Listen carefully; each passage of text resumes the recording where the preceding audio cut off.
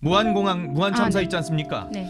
인재라는 것을 권익위가 사실상 인정을 한 건데요. 뭐라 그랬냐? 권익위원회에서 무한공항 콘크리트 둔덕 그게 위반 시설이다라고 판단을 했습니다. 무한공항에서 저희가 그 공항 앞에 뭔가 이상한데 거기에 부딪혀가지고 이게 비행기가 완전히 거의 완파됐잖아요. 네.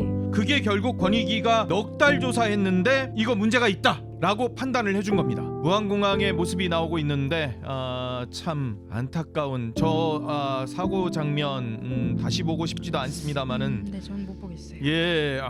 저 권익위원회에서 네. 무한공항 무한 참사 네. 있지 않습니까? 네. 이 말씀 드려야 될 것 같아요. 무한 참사는 12월 29일 12월 29일이에요. 무한 참사가 일어났던 일인데 네. 우리 국민들 수백 명이 정말 참 인재라는 것을 권익위가 사실상 인정을 한 건데요. 뭐라 그랬냐? 권익위원회에서 무한공항 콘크리트 둔덕 그게 위반 시설이다라고 판단을 했습니다. 무한공항에서 저희가 그 공항 앞에 뭔가 이상한데 거기에 부딪혀가지고 이게 비행기가 완전히 거의 완파됐잖아요. 네. 그게 결국 권익위가 넉 달 조사했는데 이거 문제가 있다라고 네. 판단을 해준 겁니다. 무한공항의 모습이 나오고 있는데 참 안타까운 저 사고 장면 다시 보고 싶지도 않습니다만은 네, 전 못 보겠어요. 저 앞에 있었던 그 둔덕이 위반 시설이다라고 권익위에서 판단을 해준 겁니다. 그러니까 이게 정치 논리 애초에 무한공항 자체가 정치 논리에 의해서 만들어진 공항입니다. 아하. 아까도 하나갑 이야기가 나왔는데요. 김대중 정부 당시에 김대중 최측근이었던 하나갑씨 네. 본인 지역구 쪽이었거든요. 예. 그래서 정치 논리에 의해서 공적 하나 만들려고 예. 무한공항 만든 겁니다. 그렇게 지금 해서 김대중 공항으로 바꾼대요. 무한공항 이름을. 네, 그렇게 해서 결국에 고추 말리는 공항이라는 이야기를 했죠. 이용객이 없어서. 그런데 처음에도 여기 공항 지으면 안 된다고 전문가들이 경고를 했어요. 예. 그때 뭐라 그랬냐면 여기 철새 이동하는 데도 있고 예. 여러 가지 기류나 이런 게 불안정하기 때문에 예. 여기에는 만들면 안 된다고 했는데 김대중의 최측근 하나갑, 김대중과 하나갑 이 사람들이 여기 어떻게 해서는 정치 논리로 만들기 위해서 만든 거고 이제는 급기야 명칭을 또 김대중 공항으로 김대중 프로파간다의 장으로 또 만들겠다는 겁니다. 예. 뭘 잘했다고 지금 만드는 거죠? 그때 당시에 만들면 안 됐던 곳에 공항을 만들어 놓고 아하. 이제는 명칭까지 김대중 공항으로 바꿔서 뭘 하겠다라는 건지 의도를 이해할 수가 이게 없고요. 무한 참사라는 단어가 계속해서 나오니까 네. 이게 무한 참사라는 표현도 쓰지 말라는 거 아니에요? 제주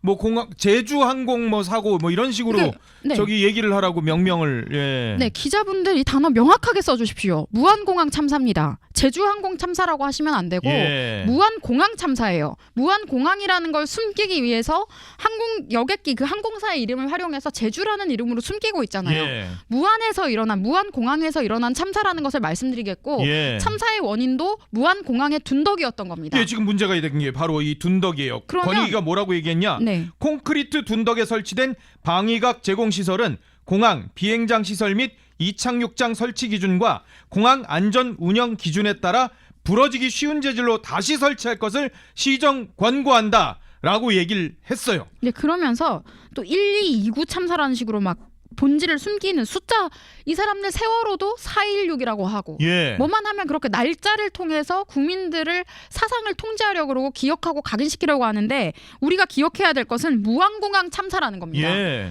무한공항이 정치적인 논리에 의해서 억지로 잘못 만들어진 공항이었고 예. 거기에 설치되어 있는 둔덕 때문에 안타깝게 우리 국민들이 희생이 되었음에도 불구하고 아하. 이재명과 민주당이 그리고 전라도를 지역구로 두고 있는 민주당이 외면을 했기 때문에 예. 계속해서 방치가 되어왔던 끔찍한 참사였다, 슬픈 일이었다라고 국민들이 기억을 해야 정확한 겁니다. 그렇죠. 근데 이런 식으로 숫자를 얘기한다거나 제주항공이라고 이야기하면 우리가 제주도에서 일어난 일이 아니잖아요. 예. 계속 숨기고 있는 거예요. 예. 그러니까 인천공항에도 분향소가 설치되어 있다라고 했는데 맞아요. 여기도 보면은 숫자만 써 있어 1229. 1229로. 기억하라 1229 이렇게 났어요. 예. 이게 무슨 소리예요?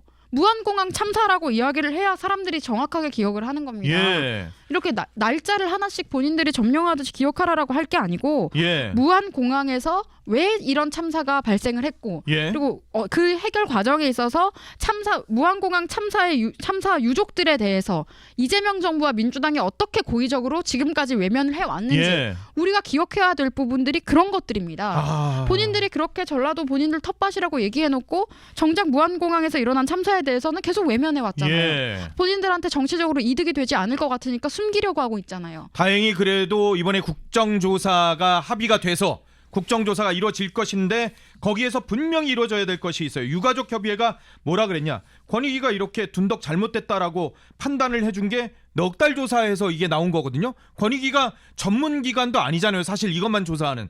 그런데 이거 사고를 전문적으로 조사하겠다고 해서 나온 게 항공철도사고조사위원회잖아요. 네. 그게 국토부 산하에 있거든요. 네. 전문기관인데 1년 동안 조사했는데도 지금 이거를 밝혀내지 못한 거예요. 그러니까 이게 경찰도 이걸 밝혀내지 못하고.